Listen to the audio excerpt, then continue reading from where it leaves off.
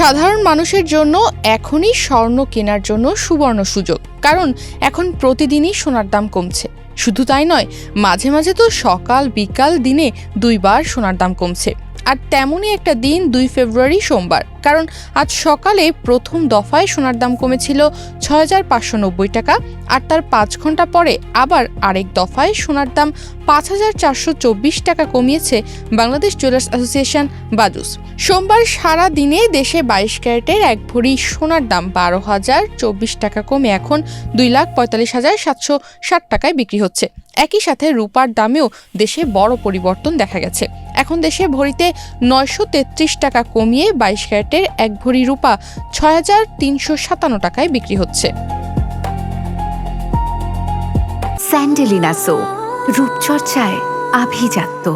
যে সোনা ও রূপা কিছুদিন আগেও বাজারে আগুন ধরিয়ে দিয়েছিল, সেই আগুনই হঠাৎ নিভে যেতে শুরু করেছে।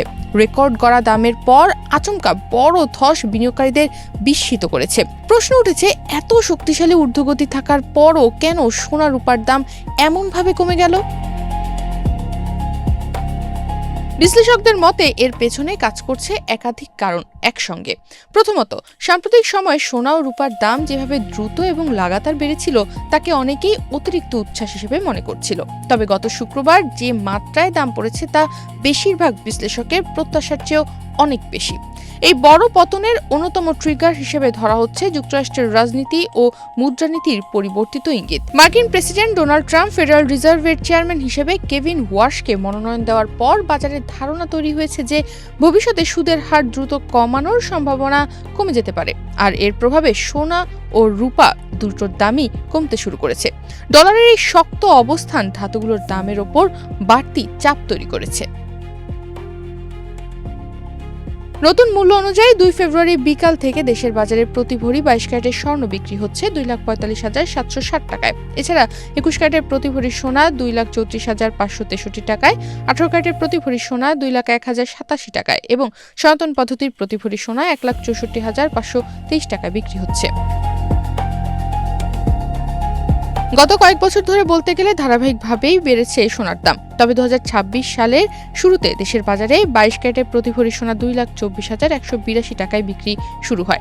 ২০২৬ সালের ১ জানুয়ারি থেকে এই পর্যন্ত বাংলাদেশের সোনার দাম মোট ২২ বার সমন্বয় করা হয়েছে। এর মধ্যে ১৩ বার সোনার দাম বাড়ানো হয়েছে এবং ৯ বার কমানো হয়েছে।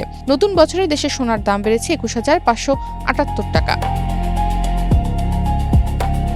২ ফেব্রুয়ারি সোমবার বিকালে সোনার নতুন দাম নির্ধারণ করে বিজ্ঞপ্তি দিয়েছে বাজুস। এতে বলা হয়, স্থানীয় বাজারে তেজাবি স্বর্ণ বা পিওর গোল্ডের দাম কমেছে। এ কারণে সোনার দাম সমন্বয়ের সিদ্ধান্ত নিয়েছে বাজুস। সেই সঙ্গে সরকার নির্ধারিত ৫% ভ্যাট ও বাজুস নির্ধারিত ন্যূনতম ৬% মজুরি যুক্ত হবে।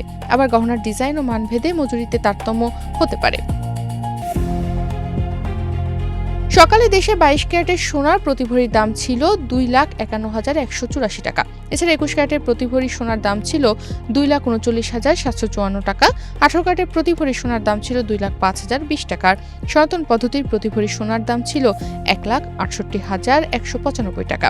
বিশ্লেষকরা বলছেন, এই পতন সত্ত্বেও সোনা রূপার দীর্ঘমেয়াদী ভিত্তি পুরোপুরি নড়বড়ে হয়ে যায়নি।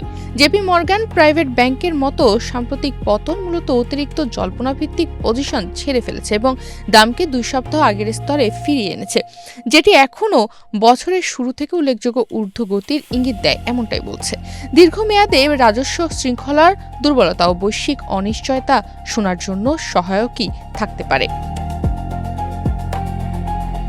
সব মিলিয়ে বলা যায়, সোনা ও রূপার দাম কমার পেছনে কাজ করছে অতিরিক্ত র্যালির পর স্বাভাবিক সংশোধন, ফেড নেতৃত্ব ঘিরে প্রত্যাশার পরিবর্তন, ডলারের শক্তিশালী হওয়া এবং জল্পনাভিত্তিক বিনিয়োগকারীদের একযোগে বেরিয়ে যাওয়া। সামনে দাম কোন দিকে যাবে তা অনেকটাই নির্ভর করবে বৈশ্বিক অর্থনৈতিক অনিশ্চয়তা, সুদের হার নিয়ে প্রত্যাশা এবং বিশেষ করে চীনা বিনিয়োগকারীদের ডিপে কেনার আগ্রহের ওপর। তনিমা রহমান, বাংলাদেশ প্রতিদিন।